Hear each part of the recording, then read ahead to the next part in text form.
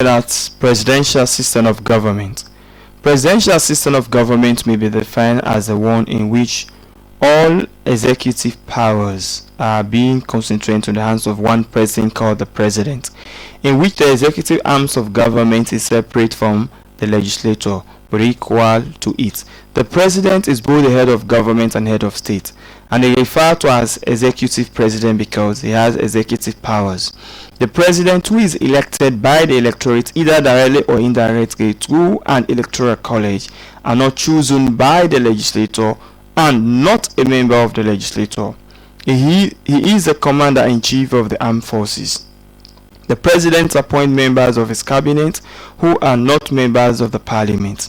The principle of collective responsibility does not hold in the presidential system, and members of the presidential cabinet are responsible to the president, not to the parliament. The USA offers a very good example of presidential system of government. Nigeria also tried the system from 1979 to 1983 and still using the system now 1999 to 2003. The Fourth Republic, Sierra Leone, also tried the presidential system in 1971 when Sierra Leone became a Republican state. We have the Republican constitutions that made provision for a presidential system of government. So we have a breakaway after 1971, and currently we're still using a presidential system of government that is enshrined into the 1991 Constitution of Sierra Leone. So the presidential system of government, we said, what happened is that both the executive powers and the ceremonial powers are in the hands of one person called the president. And here, the president, which is the executive arms of government, is separate from the legislature. When we shall be discussing a cabinet system, you discover that the legislative arms of government is not quite different from the executive arms of government. But in the presidential system of government, the legislative arms of government is separated from the executive arms of government. Then also the president has what we call executive powers. So therefore the president is elected by the electorate either directly or indirectly. He's not elected by members of parliament, as in the case of a parliamentary cabinet system of government. The president appoints members of his cabinet who are not members of the parliament. In a parliamentary system or cabinet system of government, those members of parliament will also serve as ministers. But when you look at the presidential system of government, the cabinet ministers are different from members of parliament. In fact, if you are a member of parliament, you want to serve as a minister, you have to resign from that position, especially in the presidential system of government. And there is no principle of collective responsibility. So therefore, what happens, the cabinet ministers are directly responsible to the president. So the president has a right to hire or fire any one of them.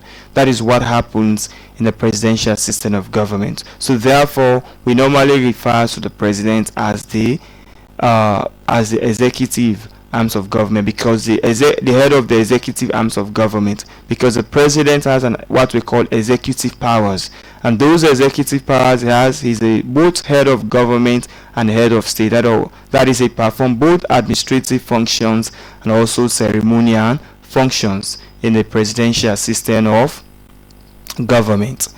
So let's look at the features, attributes, or characteristics of a presidential system of government. In a presidential system of government, the president is both the head of state and the head of government. So as we said, unlike in a cabinet or parliamentary system of government, what happens, the prime minister is only a head of government, but is not the head of state. The head of state can normally be a king or queen. But in the presidential system of government, the president is both head of state and head of government. Then, of course, the principle of separation of powers, where the executive arms of government is separated from the legislature and the judiciary applies in the presidential system of government. So in other words, there is a little bit concept of separation of powers in a presidential system of government, which is very more difficult to observe in a cabinet system or parliamentary system of government. That the principle of collective responsibility that takes place in the cabinet system does not apply to presidential system of government. The president exercises real executive powers. The president is also elected by the electorate either directly or indirectly through electoral college and not chosen by the legislature, which is parliament. Then the powers to pardon prisoners, appointment of judges to the Supreme Court, assent of bills, etc., vested in Sierra Leone president, made the president to perform legislative and judicial functions. Because when you look at the assent of bills, before a bill can be enacted into a law, the final stage of it is presidential assent, and the president has to sign to it becomes a law. So it means indirectly the president is also performing legislative functions. He's also part of parliament. Then when you look at the power to pardon to pardon prisoners, the president has the constitutional right to pardon prisoners who have been convicted by law. And when you look at that, it's also a judicial function. So it means the president can also perform both legislative and judicial functions, especially in a presidential system of government, because the powers to pardon prisoners, appointment of judges to the Supreme Court, assent of bills, etc., vested in Sierra Leone president, made the president to perform legislative and judicial functions. So we still continue to look at the features, attributes, characteristics of a presidential system of government. Don't forget to hit on the subscribe button if you have not done so. So we look at also the principle of checks and balances apply in the presidential system of government. It is possible that the principle of checks and balances can apply in the presidential system of government, which is almost difficult, if not cumbersome, in a parliamentary cabinet system of government. Then of course the constitution is a supreme law in the presidential system. The constitution is above everybody, including the president. The tenure of office of the president is limited to a fixed term. In the presidential system of government, there is a stipulated term for the tenure of office. For some countries will tell you about 2 terms and 5 years each. Other countries will tell you about 4 years each. So the constitution is very clear when the expiring of the office of the president should come into effect. That is one important aspect of, or one of the features or attribute of a presidential system of government. Then of course the president is not above politics. He's also a member of a party and must be ahead of his political party and above the party.